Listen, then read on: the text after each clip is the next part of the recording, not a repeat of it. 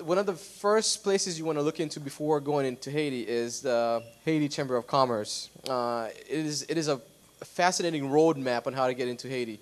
There's a lot of investors. There's a lot of individuals, attorneys that are in the Haiti Chamber of Commerce, especially in Florida, that could give you directions on how to get in. For example, how to incorporate in Haiti. On average, if you want to incorporate in Haiti, you need about $3,000 to incorporate between attorney fees and state fees and all the other stuff. A good attorney will charge you on average about $3,000 to register in Haiti.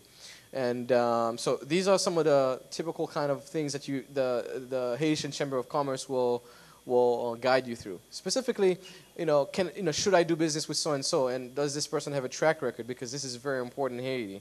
Second place you can look into is the Haiti Chamber of Commerce. It's actually in Haiti, and for whatever particular trade that you would like to get into, to find out who are the players who've been doing it for a while and who's trustworthy. It's also a good place to find and source accurate information about who's doing what and what's doing who. Because the challenges in doing business in Haiti are as follows, as you already know.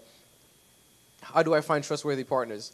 More than likely, there are some of you that are currently in this room that have probably invested some money in Haiti through friends or family, but got burnt because the mentality is that, okay, we're thinking about just getting the money for now and not worrying about the long-term relationship that exists and that can be fostered with what we're bringing in. So those are some of the challenges that people face when they actually think about investing in Haiti. The second issue is security. As you already know, the challenges with security. One of the things that I do find out that is most likely true with a lot of successful entrepreneurs is that if you're in Haiti doing business, try not to flaunt it. If you are flaunting it, if you are going places that you should not be, you are just painting a target on your back for that kind of attention. Because when you seek attention, you do get attention. So if you want to go in, do what you need to do and do your business, and then you should not usually have problems. At times, problem comes and find you, but usually if you follow these basic protocols, you should not have any issues with that.